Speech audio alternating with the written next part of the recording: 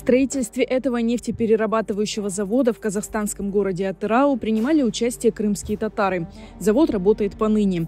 Крымские татары в рядах Трудармии прибыли в Атырау 2 эшелонами за 3 дня до начала депортации народа из Крыма в 1944 году. Тогда здесь оказалось около 2000 крымских татар. Позднее мужчины перевезли в Атырау свои семьи из Урала и Узбекистана, куда были высланы крымские татары. Аманда бабама 700 грамм отмек береділер, ай сайын. Біздер ждивенинскерлік, біздің аннан келген катымыздың отмектің каты жоқ еді. Бізге бермеділер. И бабам 700 грамм отмекінен яшадық. В то время балық бек көп еді. Балық бек ұжыз еді. Мынадай судақлар рубль еді, білмеймін насы ақшы еді. Бабам айтады, отмекін тек аран қапыңыз, балықын көп ашаңыз. Балық бек яқшы еді. Мында халық балық ашап яшадық. Первое время депортированные жили в землянках. Заводың янда, паровоз yoğun янда. Половина ерде, половина төпеді, төпечігі мына бөледі. Потом қар яу, төпесімен слай едім, бияз шықайды. Оле слай шықайдық. Яқайдық, көмір ағаш жоқ, мазут. О мазутты қап-қара болып янам. Мына бұрның тепсілері, мешкілері қап-қара болып шығасын. По сравнению с другими местами ссылки, в Атырау крымские татары не голодали. Они сразу начали работать и быстро приспособились к местным условиям. В то время татары дачи сажали, огороды давали. Вот завод давал огороды, все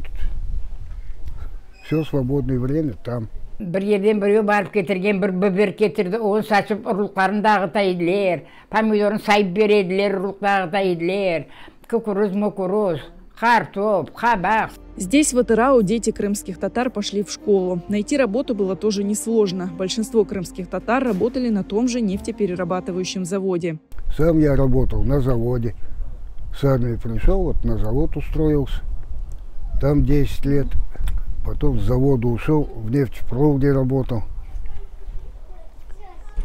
Потом снова на завод пришел. 11 yaşında 1. классқа бардым. Молотова школа, сейчас она Крупская, на первом участке.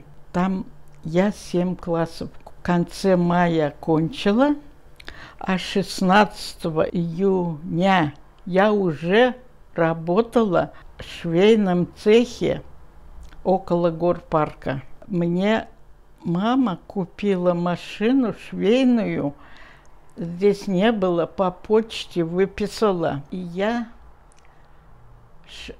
в швейной проработала 36 лет. Жили в Атырауской области и крымские татары, депортированные непосредственно в Казахстан. Нариман Умеров из рассказов деда знает, что его семью выслали из Бахчисарайского района. Он рассказал, что рано утром в 5 утра к ним пришли солдаты, начали стучать. Они спали, что мой прадед, всех их разбудили, сказали, что вас выселяют. Один солдат подошел и бабушке, прабабушке говорит, вас увозят в Казахстан, там холодно сейчас. И возьми какую-нибудь, одежду там. И вот моя прабабушка взяла ковер. И вот этот ковер, как дед говорит, их и спас в вагоне. После снятия комендантского режима в 1956 году многие крымские татары переехали в Узбекистан, а в 90-е годы большинство вернулись на родину. Сейчас в Атырау проживают около 20 крымско-татарских семей.